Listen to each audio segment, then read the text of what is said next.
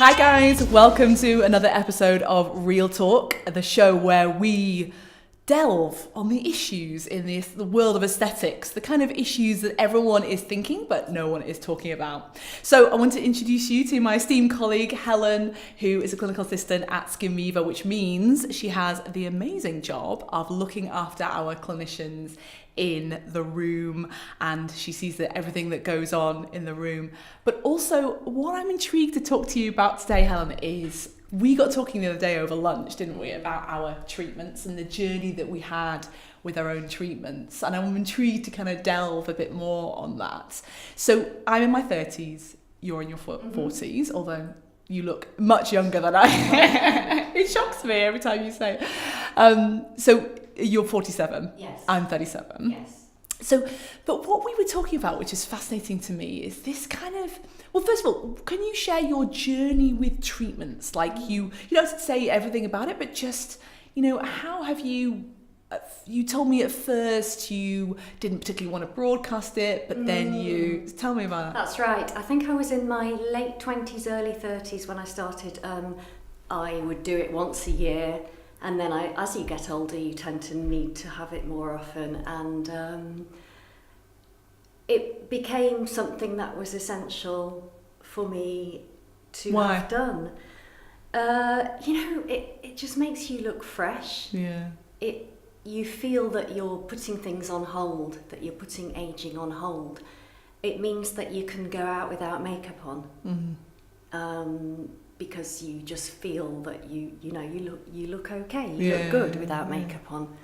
And who did you tell at first when you were in your late 20s? Only my close friends, very close friends, and then that would grow as I became more confident and as it became more of an acceptable thing. Yeah. Then I confided in more people. We'd talk about it with colleagues at work and compare who we went to, etc.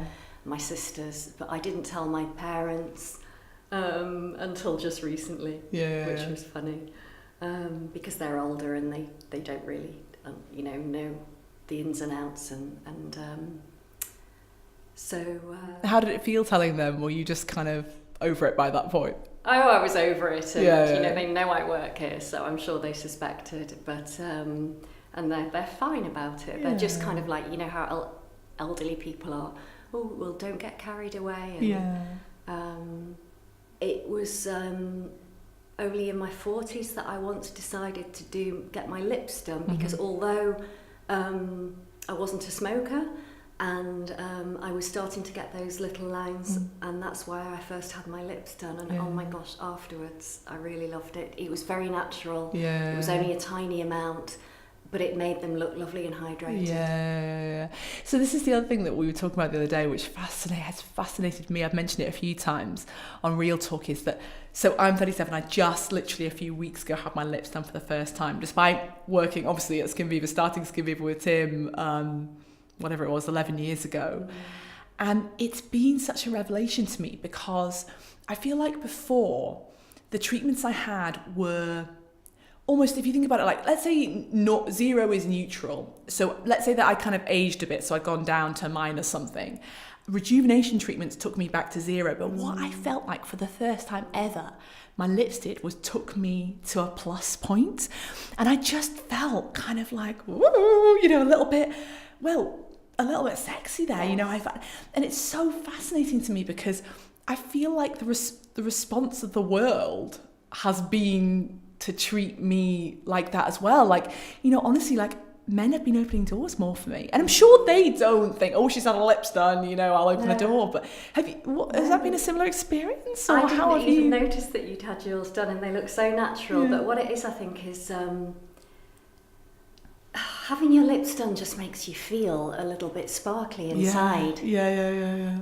It gives you such a pick-me-up, such a lift, and I think that's why girls get so excited about coming to have their lips done, even though it's one of the more uncomfortable treatments, even with the numbing cream. But gosh, and I think because of you've got this newfound inner confidence boost. Other people pick up on it and notice you more. they don't notice, oh, her lips look lovely. They just notice your aura or something, your energy. It's fascinating. It's fabulous. So it really is. Even though they look supernatural, but they look hydrated, it just makes you feel fresh and lovely, even if you're not all done up with makeup on. It just makes you feel good. Yeah.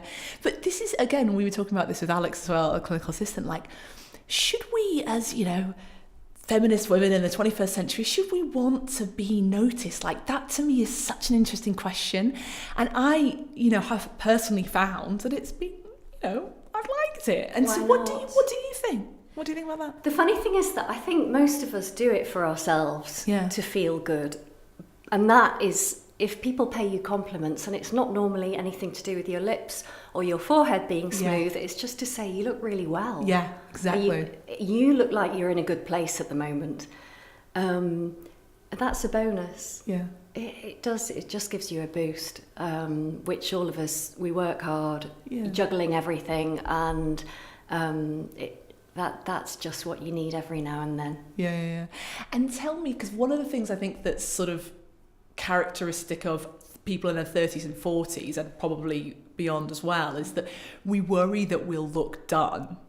Because we didn't start in our journey, we didn't come to Skin Viva or wherever saying, make me look fabulous. It was more just a kind of like, I need a bit of a freshen up and I want to look rejuvenated. We didn't necessarily come with a shopping list of wanting to look, fabulous. I don't think anyone would use that word. No, but you don't want to go any more down that scale that you spoke of earlier. We don't want to look old. We don't want to leave things and then look older in 5 years. We want maintenance. We want But what stopped you doing fillers until your 40s? Because I've had 15 syringes now over a period of about a year, and I'm in my 30s. Obviously, it's a bit different for me because I work here, but which you didn't in your 30s. But what kind of stopped you, and was it a fear of looking done? Possibly. I didn't want to have the big lips look and the fake look, and the Kardashian is just really. I don't think it's certainly not my cup of tea, and also I wasn't living in England at the time, and I wasn't working here, and I didn't know that much about the options, and I absolutely did not know who I could trust. So that was a big factor, and it was only when I came here to work here that I started to consider other things that I could do to replace lost volume, like cheeks and temples, which I always thought I needed tear troughs doing, but it wasn't that. It's fascinating, isn't it? And what kind of relationship do you have now with treatments? Do you see them as just part of your life, or do you kind of think, what will I have next? Kind of be excited, or is it just more still the maintenance vibe? Things like temples, cheeks, for me as someone who's a bit older, I think is important because it kind of stretches everything out. It makes me look healthy. That's something that I love to do, but I need to factor it in, and it's a bit of a treat. Because I see it as a little bit of a luxury. Lips, it's just something that is also when I need a boost. Because I can get away without doing them. But it's just so lovely to do them. I know. And tell me a bit more about that first time, because I'm fascinated in this idea of almost like, because I went through this recently, of like, it's like a first lips feeling, and I actually feel sad that I will never get that again. Yes. Do you remember? Yes, I do. I felt it was just lovely, and I've always been one of those people who wears lip liner, and I remember having my lips done for the first time, and I didn't have to. Because they have that definition. And I know what you mean, but you will get that every time to a certain extent every time that you do your lips. Good. Because and even though you won't let it all go away before you redo them. It's lovely. Yeah. Should we try and just do things for us, or is it okay? As a woman in your 30s and 40s, is it okay to think, do you know what? I would like a compliment from time to time. Or should we be independent? I think it's absolutely okay to enjoy compliments, but we're not doing things to get compliments. Okay. I think they come, for me, they come as a bonus. Okay. So it's around your intention. If you start off thinking, right, I want to go into aesthetics because, you know, someone said I was ugly or something like that, that would be a problem, I think is what you're saying. But if you start off thinking, I just want to get a bit of confidence for me, and yes, yeah, I think if you're lacking self-confidence, then maybe address that first, and learn to love yourself the way you are, and then anything that you do to improve yourself aesthetically is a bonus on top of that, just for you, if that makes sense. No, absolutely.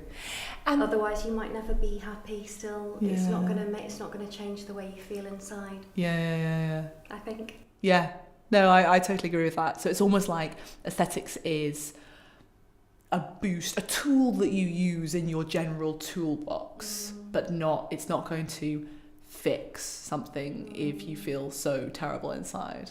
I totally agree with that. And it's definitely maintenance, like a maintenance program, with added boosts here and there. That is a bit of a luxury that you're treating yourself to. And do you, because obviously you do have this unique insider view, spending time with the clinicians and looking after them, making sure that everything's running well in the clinic room. What's the number one thing that you see? Why do people in our age group, sort of 30s and 40s, why do they, from all the people that you see in the day, why do they tend to come? I know there's lots of different reasons, but is there one particular theme that you see? Often, and I know this from friends as well, they tend to... I have one friend who just comes to do her Botox when she's going on holiday, because she knows that she's going to be sharing photographs with everybody afterwards. And we do have, a lot of people do want to come in and get it done just before their holiday, and why not? You want to look good for that. We're always very busy before Christmas. I think it's for the same thing for photographs, perhaps. That is a common trend, but then also there's lots of us who book in on a regular basis every 4 months for Botox, and every once a year or every 6 months for fillers. Weddings. Another one. It's interesting that, isn't it, about photographs, playing back into what we were saying before, So is a photograph, is that for you or is it for someone else? It's so difficult, isn't it? Because you feel quite emotional talking about this. I mean, I suppose it to be truthful that sharing a photograph around, you want it to be your best. You want to look at your best in it. Although sometimes we can be a bit too self-critical. And you might comment on something that one of your friends will then say, "What are you talking about? You look gorgeous." And I might be saying, "But that is really pointy, and the other is really normal," or something silly. I know, totally. So if there is, I'm interested in this because I agree. Like I have been the friend who has said to someone, "No, you're gorgeous, babe," kind of thing. I'm just wondering, like, what part does aesthetics play in that? So let's say someone did have, I don't know, like one eyebrow higher than the other, something like that, and we were able to correct that, and then that would, do you think that would, in your experience from being in the room, do you think that would free them, or do you think it's almost playing into a problem that, because I think this is what people think about our industries, they think, well, it's the eyebrow today, but then tomorrow it'll be this, and they'll get addicted. Not necessarily. I think not necessarily. I mean, if there's something that you haven't liked your whole life, like maybe your gummy smile is a good one. Or nose is another one, isn't it? People? Nose, and you're so self-conscious of that. Go for it, do it. I mean, it can really make you just relax about that thing, and you don't have to worry about it again. And I've seen people just overwhelmed when they look in the mirror after one of those treatments. Yeah. And they get very emotional, and it happens all the time. Yeah. So why not? It's actually a privilege to watch, isn't it? When I've done a bit of clinical assisting, it is a completely beautiful thing to see a person kind of, Tim describes it as that they no longer, it's not that they, so particularly when people have nose treatments, it's not that they just kind of then are able to forget about their nose. So for the first time, their broader personality in their own mind can come to light more, because they can forget about this thing that for them was a distraction. Dominating them. And I think, and also all of a sudden you notice how their beautiful eyes or their beautiful smile, because the fact is that when someone has a bump on their nose, other people looking at them tend to be drawn to that bump on their nose instead of... I don't know, actually. I don't know whether we are. I think it's more that...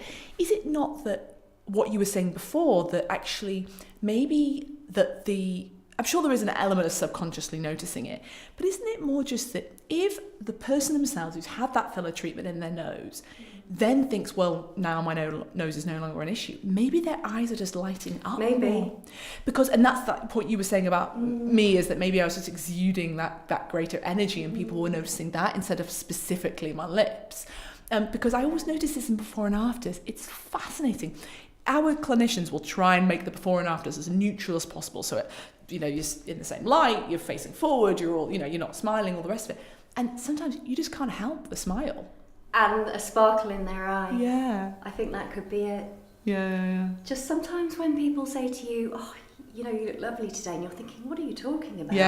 I haven't got any makeup on, and I've, not bothered much with what I'm wearing. And I think it's just a sparkle in your eye, and it comes from inside. Yeah. So, some aesthetic treatments, I think, can give you that. Yeah.